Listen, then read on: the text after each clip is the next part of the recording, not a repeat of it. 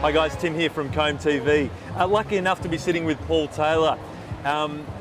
We've got Paul on because I think Paul's philosophy and the things he does, I'll get him to talk a little bit about them, but I think Paul's probably at the cusp of the evolution of how we should be viewing fitness. So Paul, I don't want to steal anything you say, but can you tell us a little bit about your background and a little bit about what you're actually doing?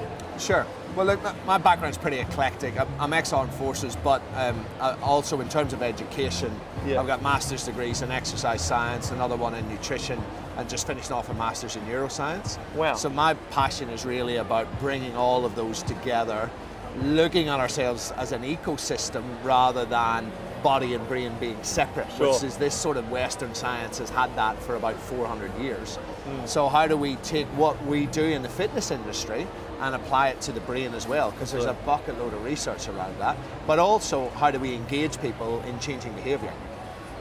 The importance of that engagement, Paul, in terms of your life experience and seeing how fitness professionals, a lot of them would be watching this.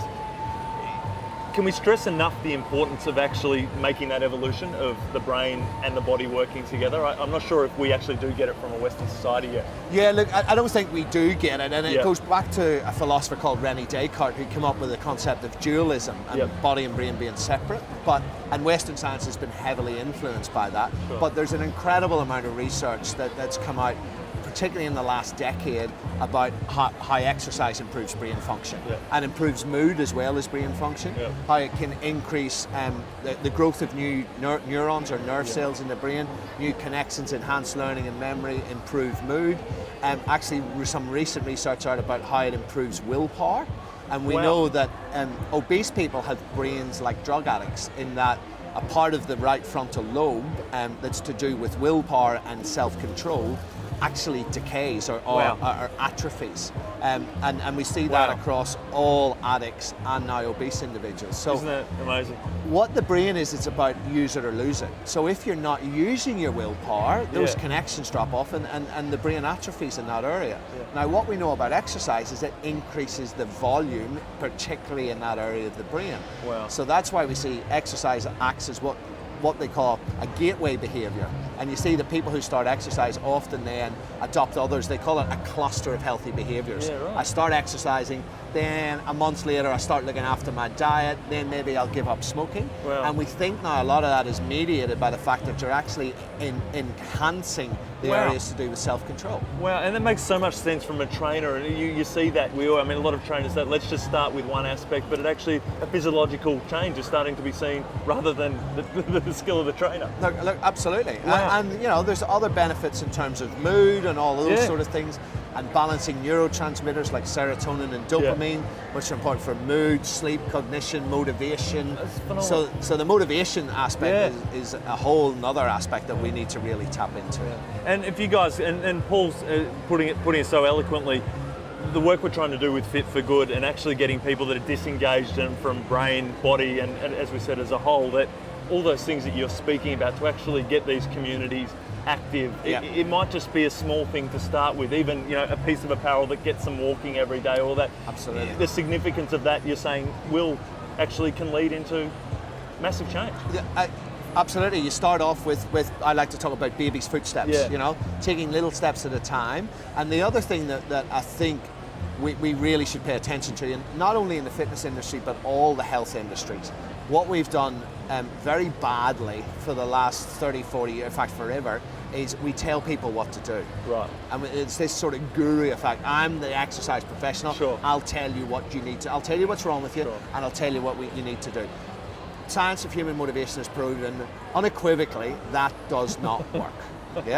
What works is when you help people to find their own reasons why it's important for them, and you guide them along the journey, giving them what they need. But it's about helping people to find out their own reasons why is critical, and then all the support that you give them to help them in goal setting and achieving their goals and all of that. I think that is a real missing piece in not just our industry, but all of Western medicine. I think for people watching, I think this is going to connect with a lot of, particularly our fitness professionals. How does someone go about sort of learning your philosophies, and what are you actually into now from a commercial point of view? Tell us a little bit about your businesses, Paul, because you've got a few of them, and Sure. I'm sure there are people out there that would be dying to get in contact with you to learn a little bit about, or get involved. Yeah, look, well, PT Academy is an RTO, so we train up trainers, and we do a little bit of that stuff there. So can I grab the website for that, just for those who are excited about that? Which one's that's ptacademy.com.au. Great. The other thing I do, I created BioAid software, and the reason that's useful is it takes. There's a lot of people who know about human engagement, are very critical of health and fitness information, because it's information that means something to us, but means nothing to the end user. You know, your blood pressure's high, your cholesterol's high, this is high, and you know, you're going to die. Well, it doesn't compute. The frontal lobes don't project 30, 40 years down the track. What I did with BioAid is take all of that stuff, the testing we do, put it into an algorithm and give somebody an age, because that's meaningful. Wow. If you're out of shape and you're smoking and stuff, you're 36 years old and you get your BioAid tested and you're 45, that's a big slap right there. Yeah, and you can understand it, and it's something you can be motivated at doing something about. Sure. Everybody would like to be younger. Absolutely. So that's used on The Biggest Loser every year in quite a lot of gyms. And it's just an engagement tool. It's one of those things that just makes it meaningful, and that what we know about sustained behaviour change is the biggest thing is self-efficacy. That's the belief that what I do makes a difference. So when someone gets a retest and finds out they're younger, the brain all of a sudden goes, hey, wow, all this hard work and effort is actually worth it because I'm making changes, or I'm having a result.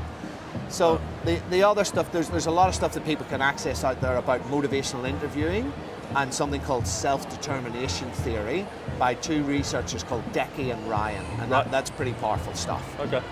So can people, how does someone now go and access that part of your business? You work with corporates to implement some of your systems, and BioAid can be part of that? Yeah, look, trainers can get BioAids, an individual trainer or a club can get BioAids. I'm layering in this education in behind BioAid. Fantastic. So that's all going to be fed in there.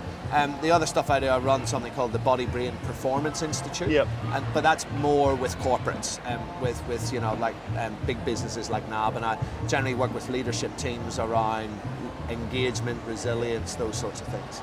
I think for anyone who's watching, you've heard Paul's got a hell of a lot going on in terms of in this sort of area of health, fitness, and I don't think I should be saying it separately, so forgive me for that, but we'll call it health in general.